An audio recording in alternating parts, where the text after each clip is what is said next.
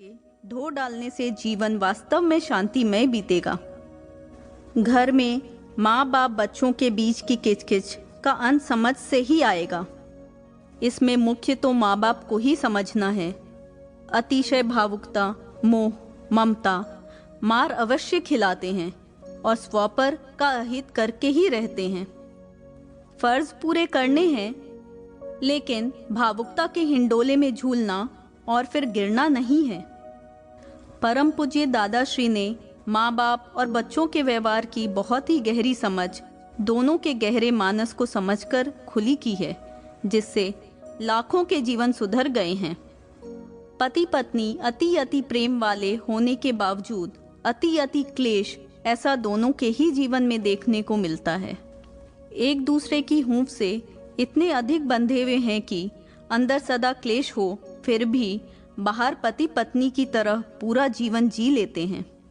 पति पत्नी का दिव्य व्यवहार किस प्रकार हो, उसका मार्गदर्शन संपूज्य श्री दादाश्री ने हंसते हंसते दे दिया है।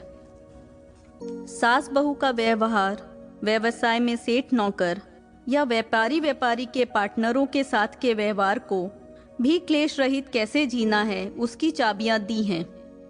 केवल आत्मा करके, व्यवहार की पूरी उपेक्षा करके आगे बढ़ने वाले साधक ज्ञानी पद को प्राप्त नहीं कर सकते, क्योंकि उनका ज्ञान बांझ ज्ञान माना जाता है।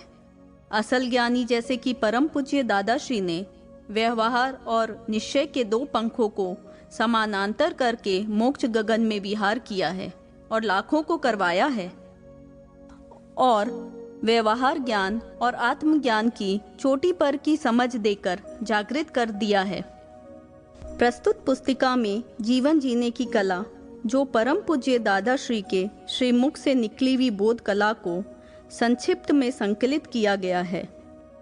विस्तार पूर्वक अधिक जानने के लिए प्रत्येक व्यक्ति के साथ के व्यवहार के सॉल्यूशन के लिए बड़े बड़े ग्रंथ प्राप्त करके अधिक गहरी समझ सुज्ञ पाठक को प्राप्त कर लेनी जरूरी है।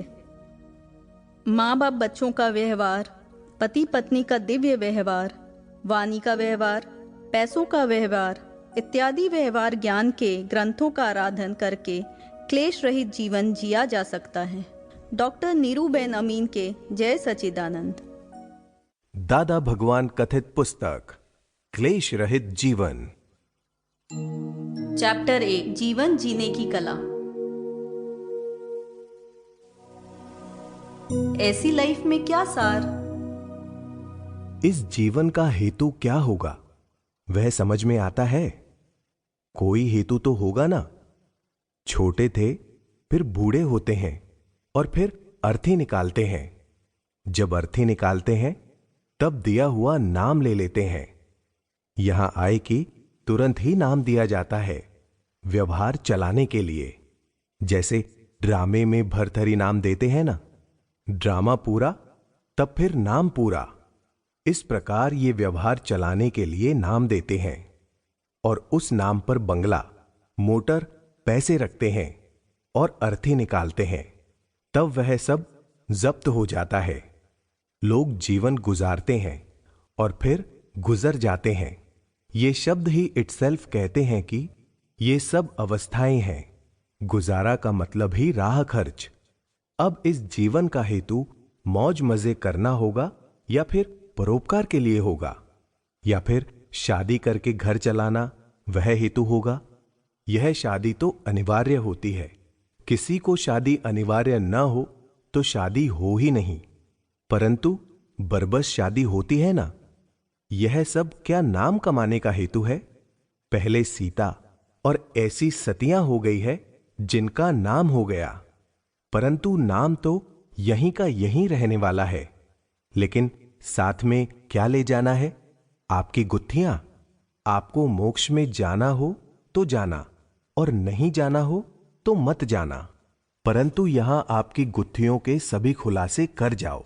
यहां तो हर एक प्रकार के खुलासे होते हैं। ये व्यवहारिक खुलासे होते हैं तो भी वकील पैसे लेते हैं, लेकिन यह तो अमूल्य खुलासा, उसका मूल्य ही नहीं है ना। यह सब उलझा हुआ है और वह आपको अकेले को ही है, ऐसा नहीं है।